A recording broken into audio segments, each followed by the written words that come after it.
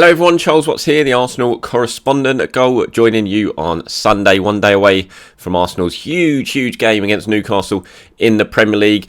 Plenty of other Premier League action today, most importantly for Arsenal, Burnley, or Tottenham versus Burnley. That it will be happening. It probably would have happened by the time you watch this video because it's the early kick-off and I'm recording this at 10:45, so it kicks off in 1 hour 15 minutes time. We'll wait and see what happens with that. Everyone will have their fingers crossed, no doubt, that Burnley can do Arsenal a favour, but I think it's pretty unlikely, isn't it? So all Arsenal need to do is focus on themselves, focus on that game tomorrow night at Newcastle, find a way to win, get 3 points, then it doesn't matter what happens with Tottenham and what results they pick up between now and the end of the season in those final two games. It's just all about Arsenal winning, and they've got to do that tomorrow at Newcastle. So this video is going to be all about that. We'll look at some of the things Mikel Arteta had to say yesterday when he faced a couple of people from the media. It wasn't a normal press conference as usual when everyone goes down because it was on a Saturday. It was just a couple of people went down and a few questions aimed at him, and the quotes were shared around. You might have seen some of them. They went live at 10:30 last night, mainly about team news, and that is the big thing. I mean, who is going to start for Arsenal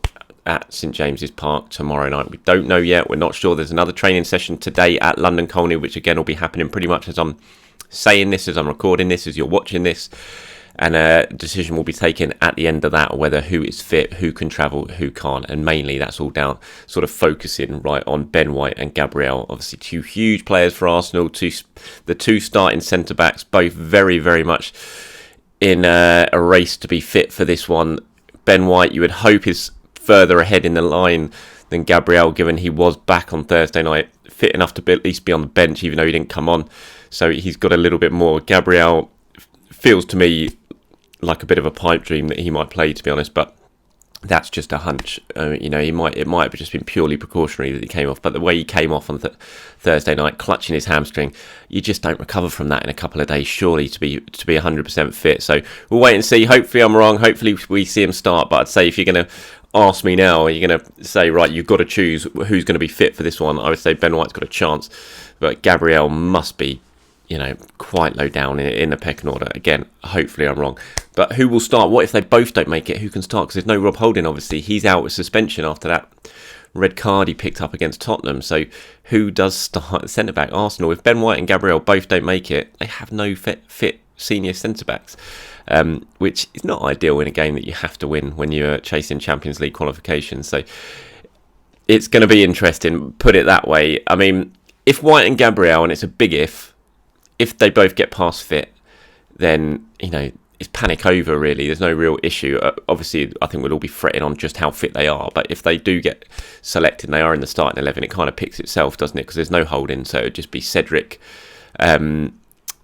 You would think probably Cedric on the right, given what Arteta's done the last couple of games. Then it'll be White, Gabriel, and Tomiyasu will play over on the left-hand side. You could obviously bring Tomiyasu back to the right and play Tavares on the left, but it kind of feels like Mikel has moved away from that option now that Tomiyasu's back. He's played Tomiyasu left back for the last two games. If Gabriel, as expected, doesn't quite make it, then you're probably looking at Tomiyasu moving into the centre-backs, wouldn't you? You'll have Cedric on the right, Tomiyasu and Ben White as the two centre-backs, and then Tavares will come in as the left-sided centre-back, left-sided full-back. Now, the big worry is if both White and Gabriel don't make it, who would start in that back line then? I mean, Mikel says here, he says, who's asked how are you going to adjust if you do have the injuries. He says we will have to modify certain positions to try and make it work because we don't have any more defenders, and even though we do have academy players, they haven't experienced a lot of these positions because they're not specified central defenders. So it's something we have to find a way. When he talks about that, you kind of get the impression he's talking about Zach Swanson, who's been on the bench recently, who can play in defence, but he can play more fullback rather than centre-back. So it's very unlikely you're going to suddenly throw Zach Swanson in at centre-back. There are a couple other centre-backs who have been in and around the squad recently, Kirk, for example, but I don't think they're even being considered. I think they're injured at the moment anyway. So it's all about modifying those certain positions. If there's no Gabriel and there's no Ben White, it's like, what do Arsenal do? You would think Tomiyasu would definitely would fill one of the roles as centre-back. They'll move him in from his full-back role. It's a position he can play, pretty well. And then you're looking at probably Granit Xhaka, maybe a centre-back partnership of Granit Xhaka and Tomiyasu, and then Cedric and Nuno Tavares. I mean, that's just not ideal, is it? When you just even saying that, let alone looking at it on paper, it's just like, oh no. not on such a huge game. It's just sod's law really that it's happened now, and that would certainly give Newcastle a boost when they're in that changing room before the game and they see the team sheets come through. If you're looking at a centre back partnership of Granit Xhaka and Tomiyasu, but needs must, and hopefully it doesn't get to that stage, and hopefully at least one of the centre backs is past fit. We'll have to wait and see, but if not, it's going to be very interesting to see exactly what Mikel goes for. If you've moved Granit Xhaka into the centre back role, then you can probably bring in Sambi and play Sambi and Mo Elneny as the two midfielders. Again, it's not ideal. I mean, Sambi hasn't been great since in the sort of couple of run-outs he's got. It's not really his fault. He hasn't played any football for 5 or 6 months, and when he did come in, he was asked to play the Thomas Partey holding role on his own in the midfield. That wasn't ideal for Sambi. I still think Sambi's a very good player, so he could come in possibly to central midfield if you're going to do that. You do have the option of going with a back three, really, if you want. If one of the two centre backs is fit as well, you can almost play Tomiyasu, White, and Xhaka as the 3 centre backs, and then play wing backs with Cedric and Tavares, or play Saka as a wing back. So there are options available, and I think that's what Mikel means when he says we'll have to modify certain positions. It's just what he's going to have to do, and like I said at the start of this, it's just about finding a way to win. Doesn't matter who plays where, just win. That's all it's about. It's one game, 90 minutes match. Just find a way to win. In terms of what Mikel had to say about the possibility of White and Gabriel playing, he says we will know probably more tomorrow. That means today, because he said this yesterday. He says we'll probably know more on Sunday, so he wanted to extend this period as much as possible to understand how they are recovering, how they are feeling, assess them, and then we will probably know more about how they are. He was then asked how likely is it that the pair of them could be fit. He said, I could give you an estimate, but I'll probably just be telling you whatever. Sunday will be the day we will have better answers. Probably not the answers that we want until match day, but hopefully better answers. From that, you suggest that even if they're kind of assessed at being 50-60% fit, then there's a chance they will travel, kind of like Ben White did on Thursday night. They'll just travel anyway, and then a late decision will be taken on Monday. I mean, it's now or never really for Arsenal, isn't it? This is the game they have to win. I mean, again, we'll wait and see. You never know.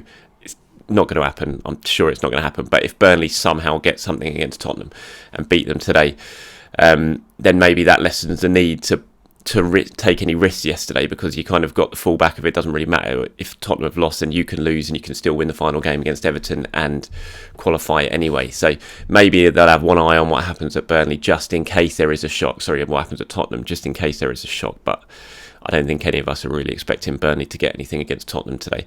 So it's going to, maybe Arsenal are just going to have to take a risk, and you got 6 days to recover after that before the Everton game. If you can sort of get Ben White through 60 minutes, maybe 70 minutes, and just to try and keep things a little bit tighter at the back and go on. Gabriel's the one who for me feels like it's going to be too much of a risk, given he's only just had the injury. Ben White's come back. He trained a bit last week.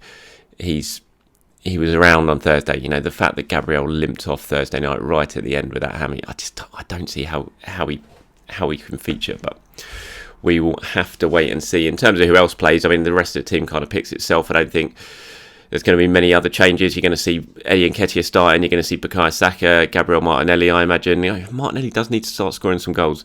I have to say, I thought he was good in that first sort of 20-30 minutes against Tottenham. He was the one player who was causing trouble, and I thought he was very good in the win against Leeds as well. But just needs to add a few more goals to his game, Martinelli. He's got the quality to do it. Just needs to add a few more goals. And everyone else is going, Odegaard will play. So I think the rest of the team picks itself. It's just the defence at the moment in terms of what Arteta is going to do. Team news-wise for Newcastle, I mean, a couple of boosts for them. Callum Wilson obviously came back. I think he got about 25 minutes against Man City in that 5-0 defeat they had at the Etihad. So he might get his first start since he injured himself. I think it was in January or something like that. So he could be starting. And Kieran Trippier's back as well, which is a shame for Arsenal, because Trippier's a very good player. He made a big impact when he first arrived. Obviously, he had that injury. He's been out ever since. But it looks like he's going to start for the first time. And, you know what Trippier brings. His quality, his leadership at the back, but also his set-piece delivery, which is fantastic. And Arsenal conceded from 2 corners in the last couple of games, having gone the whole of the season without conceding. So they're going to have to really watch that, because any sort of set-piece is given away. Kieran Trippier, there's not many better when it comes to delivery. And obviously there's a Tottenham connection as well with Trippier, so he's going to be even more pumped up to try and get one over Arsenal and help his former team. I think he's already said it in the build-up to this game, how much he'd love Tottenham to qualify for the top 4. So Team news-wise for Newcastle, where it's a bit of a worry for Arsenal in terms of for Newcastle, it's good news. Some of their key players are coming back now. I think there's been a few rumours of a couple of their players potentially sitting out training recently, but there's nothing I can comment on. I just don't know if that's true or not.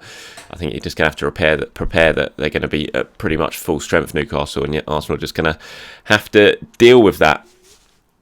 Mikel talking yesterday, he was asked a lot. I mean, he was asked about Antonio Conte's comments after the game. He refused to answer. He just said he wanted to focus on Newcastle. No surprise.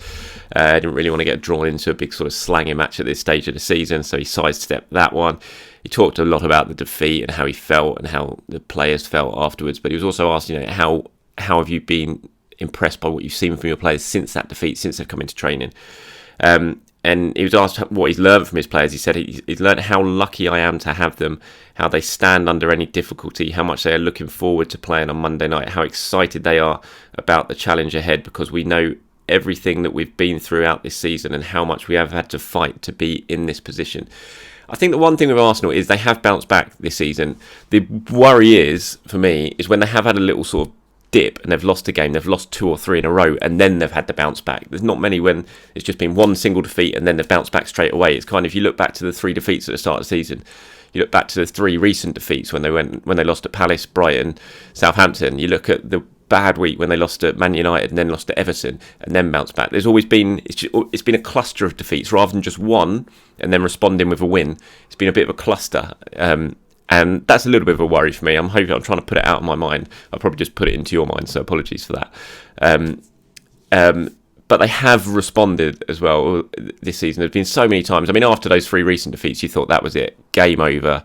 After Southampton, down and out, no chance. And they managed to get back on it, get those 12 points out of 12, winning against United, Chelsea, West Ham, all in a row.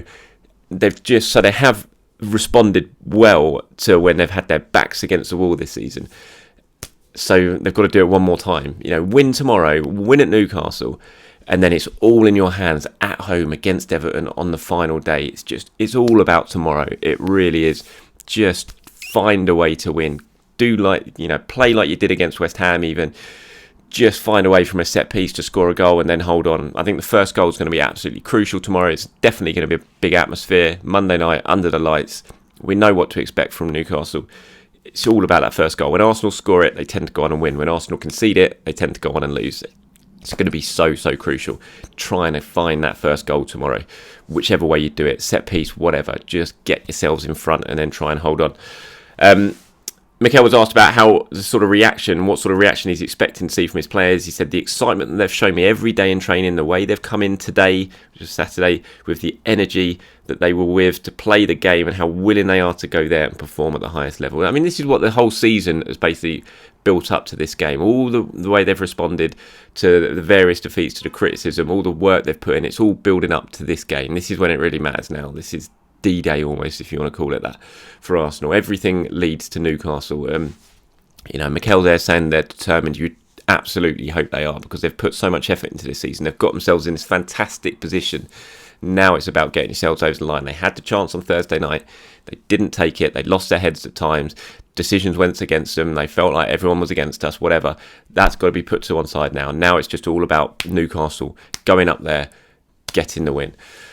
It's just made me nervous just talk about it. Unfortunately, I'm not at the game. I couldn't make it. It's Newcastle Monday night. I've got parenting duties, picking up kids from school, taking them to school on Tuesday morning. It was just impossible for me to get to this one. So I will be working as usual. I'll be covering the game, but I'll be watching it from TV like most of you.